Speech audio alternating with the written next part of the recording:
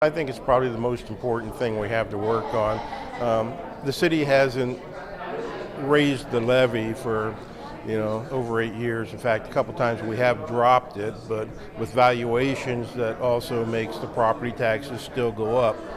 So we need to try and trim our budget because valuations are going to continue going up. When you look at our city, a fair amount of young families, but a lot of retired people, where does that money come from? When you get your tax bill in the mail and it's increased several $100s. For the young family, that has to come out of their groceries, their gas, heaven forbid, maybe a family vacation. For the retired folks, where does that come from when you're on a fixed income?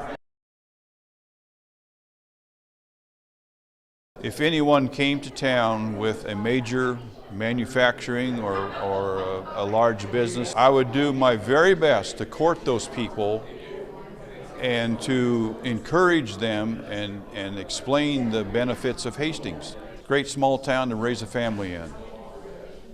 That brings employees to town. A council person, even the mayor, doesn't go out and say, hey, Costco, would you come to Hastings, or, hey, Red Lobster, would you come to Hastings? That's not how it works. Have HEDC, CRA, and the chamber, that's what they do.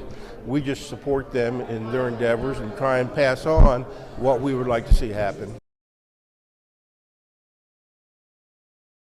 There's a lot of people that have good jobs, but they're not into that area where they can buy a $250,000 house, which is what we're building. So we need to try and develop, kind of like we did out at Menards, but maybe at a little cheaper area. Do folks have good enough jobs to afford that nicer home, or do we need to be looking at stuff that's in that $150,000 or $200,000 price range to make it affordable for the young families? That's a question mark.